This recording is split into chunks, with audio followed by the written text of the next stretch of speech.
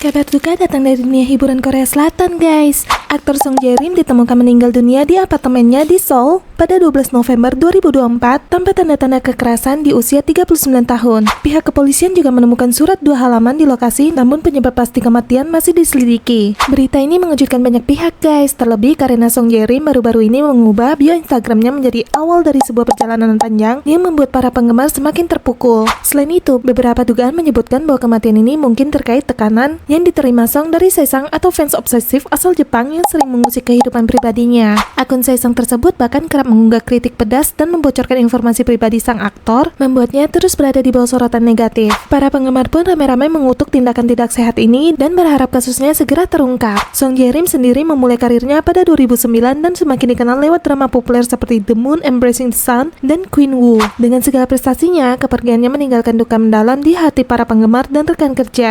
Guys, FIFA resmi menjatuhkan sanksi kepada timnas Indonesia selama kualifikasi Piala Dunia 2026 akibat sejumlah pelanggaran loh. Nah, yang pertama nih ya, dalam laga kontra Australia pada 10 September 2024, Indonesia kena tegur karena kick-off terlambat dan melanggar aturan waktu dalam pertandingan. Melanjut pada laga melawan China pada 15 Oktober, timnas didenda sekitar 178 juta rupiah karena lagi-lagi terlambat memulai pertandingan. Drama belum selesai sampai di situ, guys. Pertandingan Indonesia versus Bahrain pada 10 Oktober semakin panas, guys, saat asisten pelatih Kim Jong-jin dan manajer Sumarji dijatuhi sanksi oleh FIFA. Kim dikenai larangan 4 pertandingan dan denda 89,5 juta atas perilaku buruk, sementara Sumarji dilarang mendampingi tim di satu pertandingan dan didenda jumlah yang sama. Pertandingan ini jadi sorotan karena wasit memperpanjang waktu tambahan hingga Bahrain berhasil menyamakan skor meski FIFA nggak memberikan sanksi lebih lanjut, guys, atas insiden itu. Meski sanksi menghantui, timnas tetap bersemangat, guys, membawa nama Indonesia di ajang dunia. Tantangan makin besar, tapi dukungan untuk Merah Putih tetap kuat.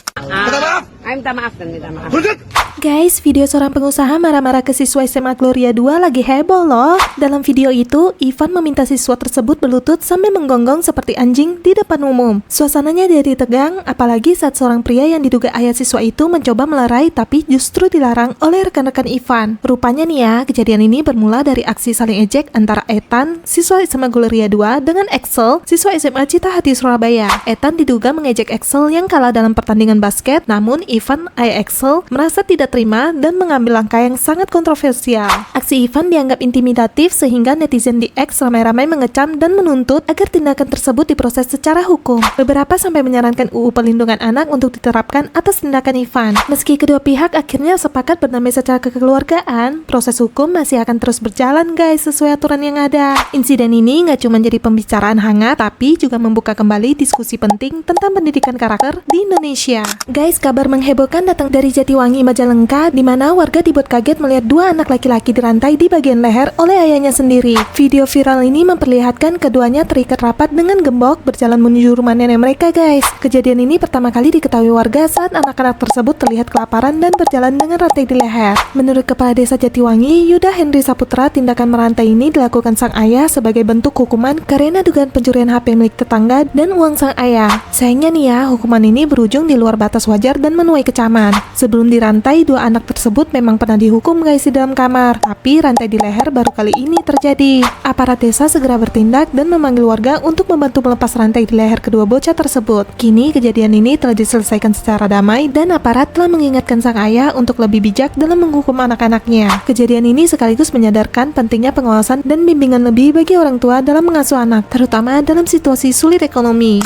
Guys, ada kabar yang bikin dunia maya gempar nih. Ternyata Nisa Sabian dan Ayus udah resmi nikah sejak 4 Juli 2024. Proses akadnya berlangsung super private di rumah Nisa, kawasan Jatiwaringin, dan hanya dihadiri keluarga dekat plus 2 saksi. Petugas KUA Pondok Gede memastikan pernikahan ini sah secara hukum dan agama. Maharnya sederhana, guys, berupa cincin emas 3 gram dan uang 200.000 jadi simbol cinta keduanya yang jauh dari kesan mewah tapi penuh makna. Menurut pihak KUA, acara berlangsung lancar tanpa banyak tamu, sekitar 10 orang aja, guys. Meskipun nggak ada sorotan media, pernikahan ini jadi momen yang sangat intim buat Nisa dan Ayus. Gosip lama soal hubungan mereka akhirnya terjawab sudah, guys. Dan ini bukan lagi sekedar isu. Meski dulu hubungan mereka sempat kontroversial, sekarang semuanya udah jelas, resmi, dan sah di mata negara maupun agama. Menariknya nih ya, kabar ini muncul nggak lama setelah mantan istri Ayus, Riri Fairuz, sempat kasih kode halus di Instagram soal mantan suaminya yang memulai kehidupan baru. Kita memang tak lagi satu, tapi tetap jadi orang tua untuk 2 hati kecil yang kita sayangi. Guys, warga dibuat geger setelah kaburnya gembong narkoba Murtala Ilyas, dan 6 tahanan lain dari Rutan Salemba, Jakarta Pusat. Mereka kabur dengan membobol terali sel lalu melarikan diri melalui gorong-gorong yang berada di perbatasan tembok rutan. Momen pelarian ini diketahui saat petugas melakukan apel pagi, namun saat dicek CCTV di area tersebut ternyata banyak yang tidak aktif sehingga memudahkan para tahanan untuk lolos tanpa terpantau. Kini pihak rutan bekerja sama dengan polisi untuk mengejar para pelarian dan memperketat keamanan di Rutan Salemba, terutama dalam mengawasi area kunjungan serta akses yang berpotensi dilalui tahanan.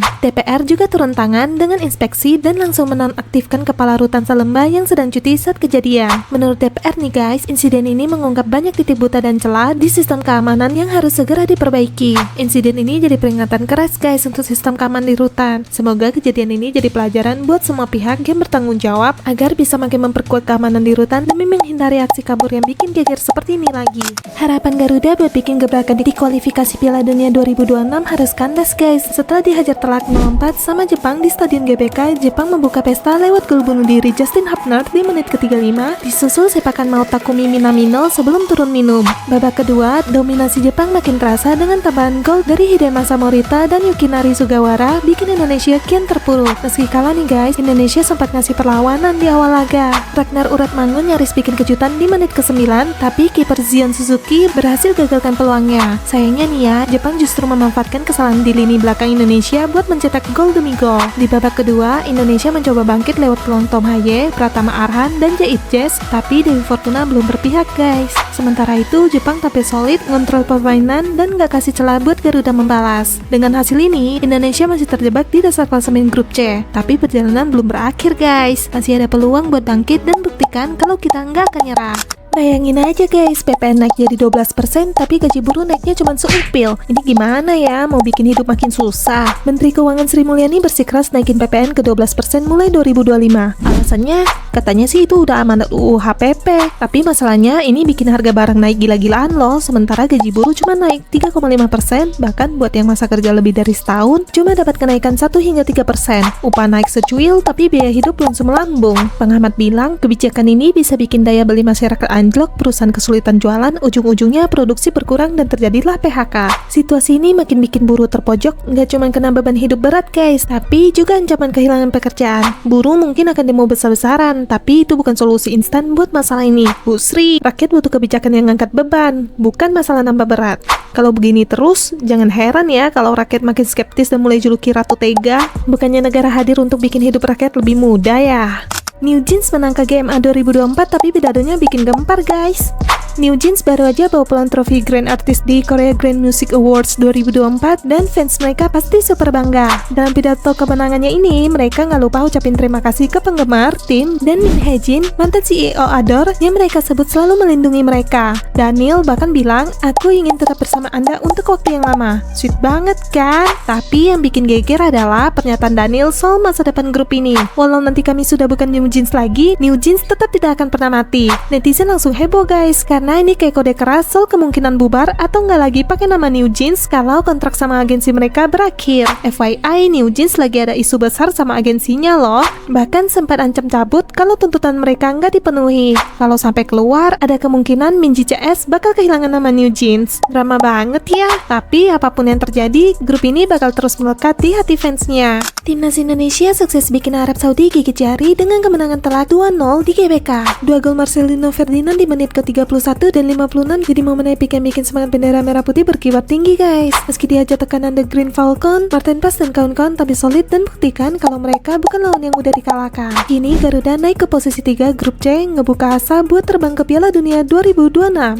Buat lolos nih guys, Indonesia butuh 15 poin dengan 6 poin di tangan dan 9 poin lagi wajib dikantongi dari 4 laga sisa. Tantangan terbesar ya laga tandang lawan Australia Maret nanti guys. Tapi jangan lupa, Garuda juga harus sapu bersih kemenangan lawan Bahrain dan China di kandang. Kalau strategi dan performa kayak lawan Arab Saudi terjaga, siapa tahu mimpi ke Piala Dunia bakal jadi nyata. Kalau nggak bisa jadi runner up, posisi 3 atau 4 masih bisa jadi jalan buat lolos ke putaran berikutnya. Artinya kemenangan di setiap laga krusial itu harga mati. Ini bukan cuma soal main bola guys, tapi soal harga diri dan kebanggaan bangsa. Jadi yuk terus dukung Garuda, Indonesia bisa, bendera merah putih nggak akan pernah berhenti berkibar.